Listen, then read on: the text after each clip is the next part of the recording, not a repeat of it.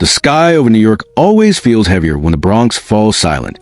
And that silence, lingering around Yankee Stadium since the start of the season, is about to be broken. The question echoing to the halls of baseball is simple, but it carries an enormous weight. Could a single name reignite the hope of rotation that began the year drowning in doubts? And what if I told you that Clarke Schmidt's return isn't just a reinforcement of one player, but the first step in a quiet reconstruction that only a few have noticed in time? While the city moves to its usual rhythm, its streets oblivious to what's happening behind the stadium gates. Something has changed in the locker room, and every Yankee fan needs to know about it, because talking about the Yankees is about much more than just following a scoreboard. It's about walking side by side with one of the greatest symbols in the world of sports. The Yankees aren't just a franchise with 27 World Series titles. They are the team that wrote, with sweat and talent, some of the chapters that shaped American baseball. They're the sacred pinstripes worn by legends like Babe Ruth, Lou Gehrig, Mickey Mantle, Derek Jeter, and Mariano Rivera. Every name engraved in that history carries the same burden. Winning isn't a goal, it's an obligation. But as heavy as championship rings may be, the present has turned into a minefield. In recent years, the promise of reclaiming glory has gotten stuck halfway, constantly suffocated by early playoff exits and bitter disappointments that tested the patience of the fan base. The Bronx, once so used to celebrating golden Octobers, now watches a team fighting against its own ghosts. That's why every move, every rumor, every lineup change carries meaning far beyond what's on paper. The Yankees are a team that lives under the brightest lights, and when something shifts behind the scenes, it's because the entire machine is about to turn. You, watching this now, are hearing it before most people. This is where the behind-the-scenes stories get a voice. And if you feel like part of Yankees Nation, this channel is your home. And if I told you that what happened today might only be the beginning of something even bigger, something that goes far beyond a simple roster activation, then hit that like button, subscribe, and tell me right now in the comments, do you believe Schmidt is the missing piece? The truth is, the Yankees were desperately searching for an answer. Ever since Garrett Cole was sidelined at the beginning of the season, the void left by the ace became impossible to ignore. Even with a roster packed with known names, the team was piling up fragile performances on the mound. With every poorly pitched inning, the doubts grew. With every unexpected loss, the pressure mounted. And while fans dreamed of trade deadline reinforcements, Brian Cashman and his staff were quietly preparing for return a name that, not long ago, was seen as just a supporting character.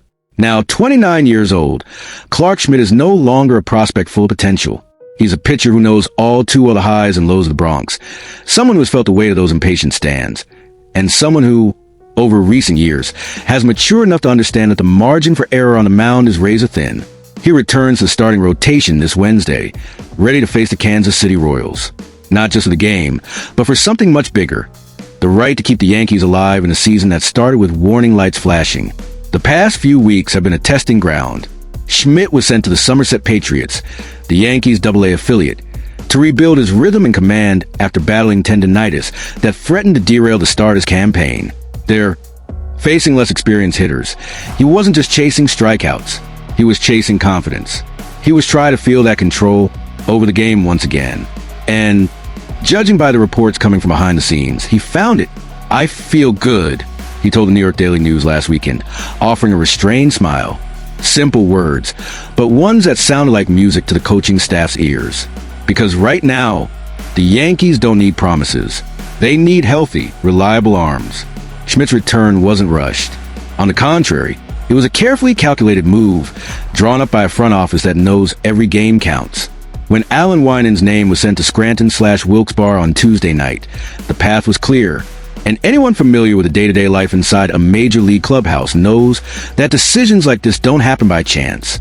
Aaron Boone, always cautious during press conferences, held on to the mystery until the very last moment.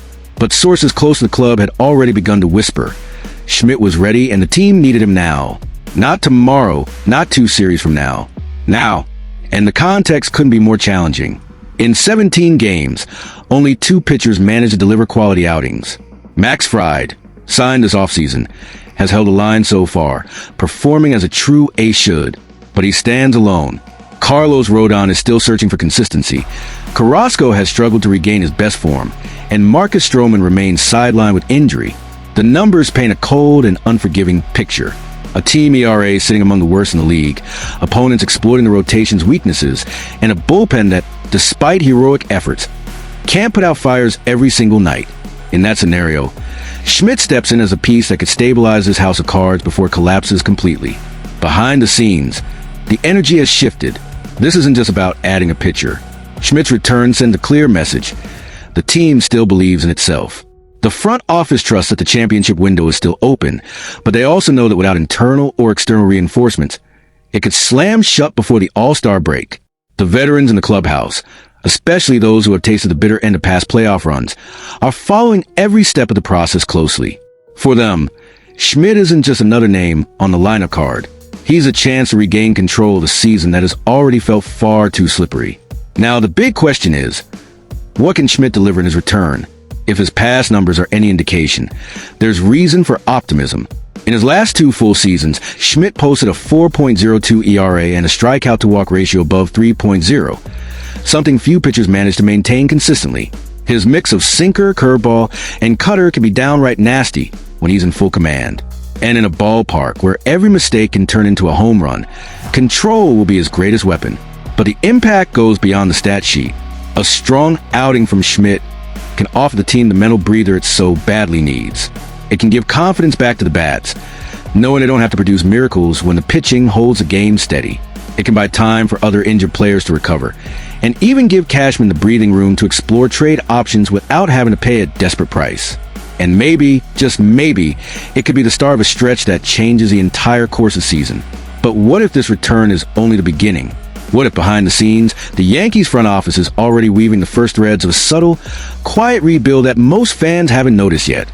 The truth is, the pitching market is expected to heat up in the coming weeks. And Clarke Schmidt might just be the link between the troubled present and the promising future Yankees nation has been waiting for. So now I leave the question in the air. With Schmidt back, do the Yankees have enough to keep their World Series dream alive? Or is this just the first of many changes still to come?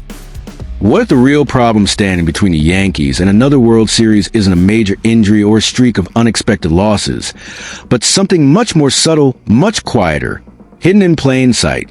Third base, a position that carries the weight of tradition in the Bronx, remains empty of clear answers, while the calendar keeps moving and the opponents show no mercy.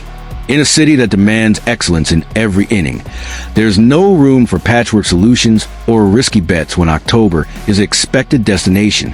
What once seemed like a simple adjustment phase for Oswaldo Cabrera and Oswald Peraza is slowly turning into a problem that exposes the fragility of the Yankees' infield. Young names, full of potential, but still lacking the maturity required to handle one of the most demanding defensive positions. And behind the scenes at Yankee Stadium, this is already being treated like an open wound. Defensive plays are not executed with the confidence expected. The bat doesn't respond when it matters most. And the fan base has started to wonder if the team actually has a real plan. The absence of DJ LeMahieu, still working to recover from injury, has only highlighted the lack of depth and reliable alternatives. The veteran, who in past seasons was one of the most trusted and versatile pieces on the roster, is now a complete question mark. When he'll return, if he'll return, and most importantly, at what level? Because for those building a championship caliber team, counting on an injured player to return is not a strategy, it's hope. And in New York, hope doesn't buy wins. The front office, led by Brian Cashman, knows this. They know time is against them, and that keeping calm is as strategic as it is risky. Because while the Yankees have stacked enough wins to hold on to the AL East lead, the cracks are becoming more and more obvious. The rotations felt the weight of Garrett Cole's absence. The bullpen has already faced more work than ideal, and now, with third base exposed, the only thing standing between the team and a downward spiral could be just one bad series against the wrong opponent. And it's in this quiet tension that the first rumors of a solution are starting to surface. Dylan Sanders, from Yankees on his side, was the one who stoked the flames last week. The name he put on the table wasn't a big star, nor someone who would send shockwaves to a fan base. But maybe that's exactly why it stands out. Luis Urías, infielder for the Oakland Athletics, has started the season strong, not flashy but solid. A player who, when you look beyond the stat line, seems ready to offer stability a lineup desperately needs.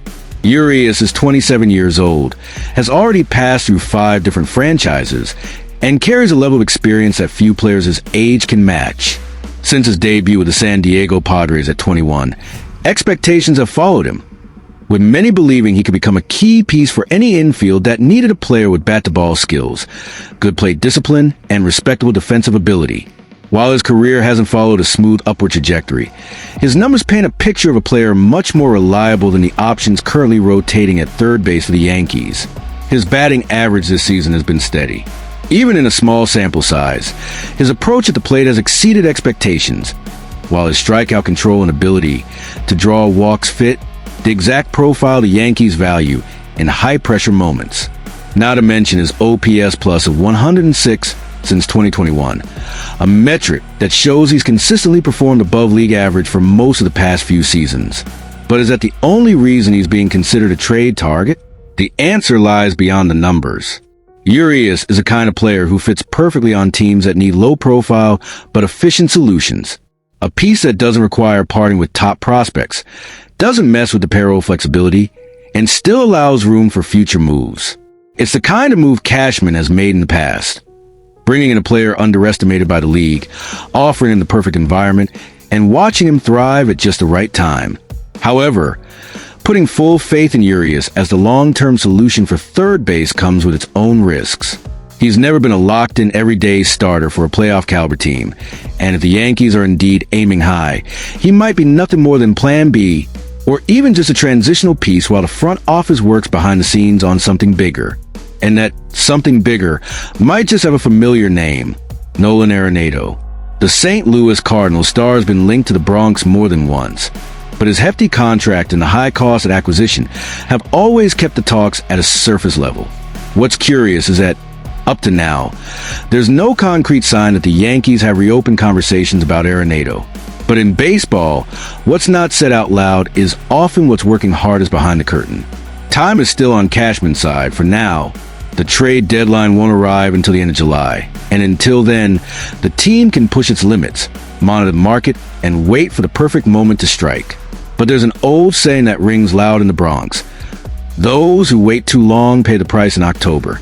And if the Yankees want to avoid reliving the frustrations of past seasons, where talent carried them to the regular season, but fell short under playoff pressure, this move needs to happen before the problem becomes irreversible.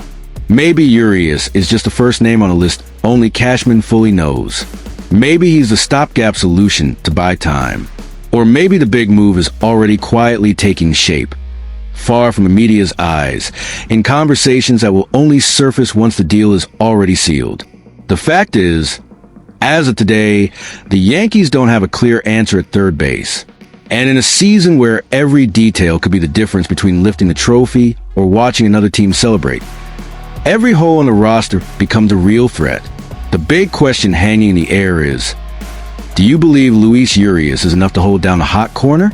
Or are we on the verge of witnessing a much bigger move, the kind that changes the course of the season?